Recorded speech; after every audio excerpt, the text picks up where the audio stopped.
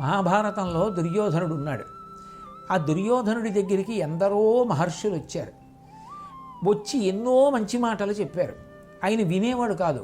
వినకపోగా మెట్ట వేదాంతం అని లోకంలో ఒక మాట ఉంది. ఆయన ఒక మాట చెప్పాడు. ఆయన అన్నాడు, జానామి ధర్మం నచమే ప్రవృత్తి, జానామ్యధర్మం నచమే నివృత్తి. నాకు ధర్మం తెలియదు అనుకుంటున్నారా? మీరు ఇంత కష్టపడి చెప్తున్నారు.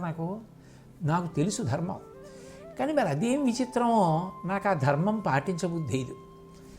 జానామ్యధర్మం, నాకు అధర్మం ఏదో తెలియదు అనుకుంటున్నారా? నాకు తెలుసు. ఇది చేయకూడదని తెలుసు, ఇది తప్పని తెలుసు, అది చేస్తే భగవంతుడి అనుగ్రహం ఉండదని తెలుసు. అటువంటి పనులు చేస్తే జీవితంలో ఇబ్బందుల పాలవుతామని తెలుసు. అయినా నాకు ఆ అధర్మాన్ని విడిచిపెట్టబుద్ధేదు.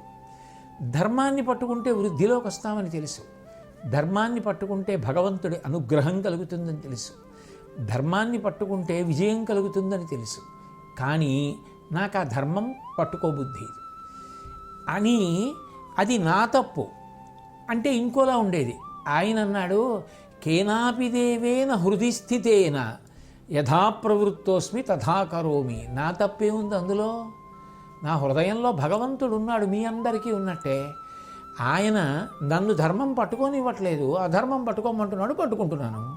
నా తప్పే ఉంది? లోపల ఉన్న దేవుడి తప్పు అన్నాడు. ఇంకా అటువంటి మూర్ఖవాదన చేసేవాళ్ళు ఎవరుంటారో వాళ్ళని ఎవరు మార్చగలరు? మరి ఆ భగవంతుడేగా ఋషుల్ని పంపించాడు మంచి మాటలు చెప్పి మార్చమని. అప్పుడు భగవంతుడు వాడికి కనపడలేదు. అప్పుడు భగవంతుడు పంపించిన ఋషుల యొక్క మంచి మాటలు విని జీవితాన్ని మార్చుకుందామని దుర్యోధనుడికి అనిపించలేదు.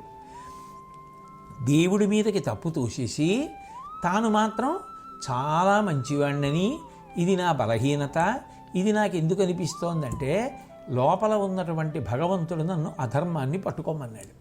నాకు ధర్మం మీద అనురక్తి లేకుండా చేశాడు. దానివల్ల నేనేం చేయను, నేను ఇప్పుడు అధర్మాన్నే పట్టుకుంటానన్నాడు. ఎంతమంది ఋషులు వచ్చి చెప్తే మాత్రం ఏం ప్రయోజనం?